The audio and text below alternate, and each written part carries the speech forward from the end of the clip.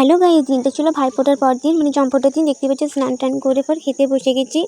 আর জানো তো, এদিকে না দাদা চলে যাচ্ছিলো, খুব খারাপ লাগছিলো আর কি। কারণ মানে চলে যাচ্ছিলো, যেহেতু একটু ফাঁকা ফাঁকা তো লাগবে। তারপর থেকে রেডি হয়ে বেরিয়ে পড়েছিলাম বাঁকুড়ায় লক্ষ্মীদারিতে ঠাকুর দেখতে। জিজু, আমি আর দিদি আর মা ওরা তো টোটোতে এসেছিলো, যেহেতু তো এ তো এসে কান্নাকাটি শুরু করে দিয়েছিলো। তার জন্য এর হাতে একটা বেলুন ধরিয়ে দেওয়া হয়েছিল।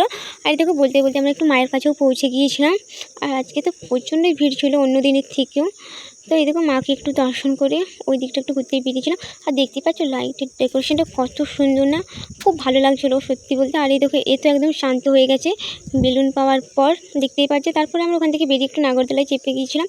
আর জানো তো, নাগরদোলায় সেরকম কোনো স্পিড নেই, বেশিক্ষণ ধরে তো ঘোরাচ্ছিলোই না। কারণ আগে অনেকক্ষণ টাইমে ঘুরেতে, আর এ থেকেও কান্নাকাটি করছিলো, কারণ ও দিদি যেহেতু নাগরদোলায় চেপেছিলো। আর ও তো আইসক্রিম খাচ্ছিলো, দেখছি কিছুতেই ছাড়ছিল না। আর দেখতেই পাচ্ছি এদের নাচটা, সত্যি না, এদেরকে দেখলে খুব খারাপ লাগে যে আমরা কত এনজয় করে, ওরা দুমুঠো ভাতের জন্য কত কষ্ট করে, তাই না? দেখতেই পাচ্ছি। তারপর সেখান থেকে খেয়ে দিয়ে আর করে বেরিয়ে পড়েছিলাম। আর এদিকে মা ওরা যাচ্ছিলো টোটোতে, আমি দিদি আর দিদি তো বাইকেই যাচ্ছিলাম।